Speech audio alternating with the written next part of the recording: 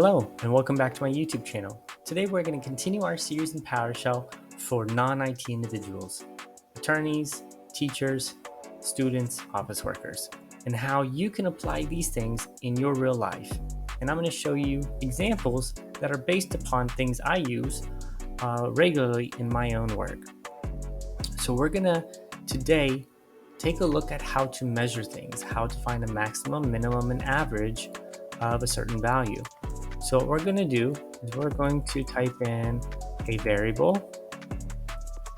We call it grades, and we're going to import CSV.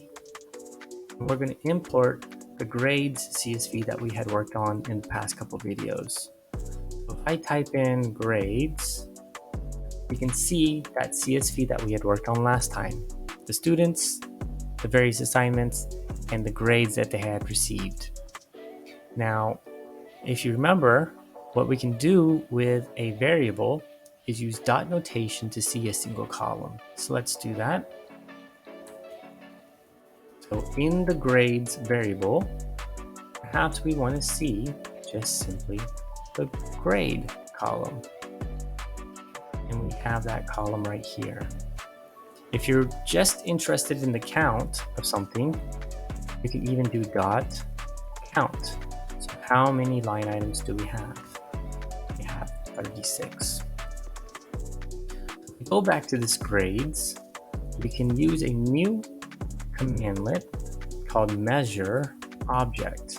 And we're going to be connecting these two with this pipe. So the output of this will become the input of this. And we can say we want to look at the average, maximum, and the minimum. And sure enough, just like that, quite easy, we have the count, which is a default measurement with measure object. We have the average, we have the maximum, and the minimum.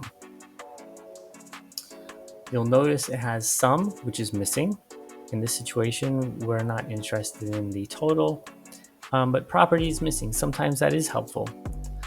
So what we can do, rather than reducing the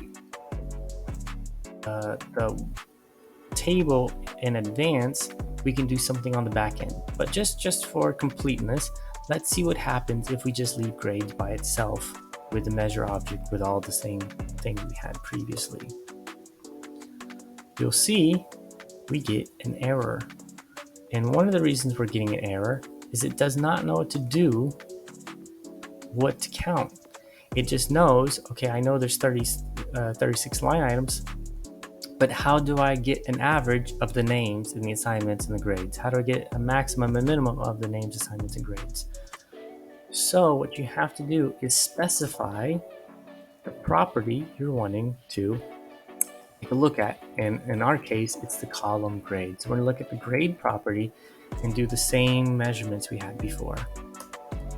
Now we can see something we had very similar to last time, the same count, average, maximum, and minimum. And this time we have a nice clear output saying that it is the grade. So this is extremely helpful if you're ever wanting to just do a quick analysis on a CSV file. If you're using the get child item and you're wanting to see within it what are the different max, min, and average of file sizes, or perhaps the number of items that you have within each folder. And so we're going to go into this a little bit more in the upcoming lesson. So you may remember we have these students, and we're going to make it so we can see the average, maximum, and minimum grades for each student. So I hope you found this video helpful. If you did, please give it a like. Leave a comment if you found anything in particular of interest, or if you have any questions on what we covered. Subscribe to my channel if you want to see more content and you want to move on to the topic which I just explained, as well as many others. And as a preview, we'll be doing additional series other than just PowerShell. We'll include Python, we'll include Excel, and we'll cover some general management topics as well. So stay tuned. I'm excited to looking forward to speaking with you in the future. Thank you for watching, and I'll talk to you later. Bye-bye.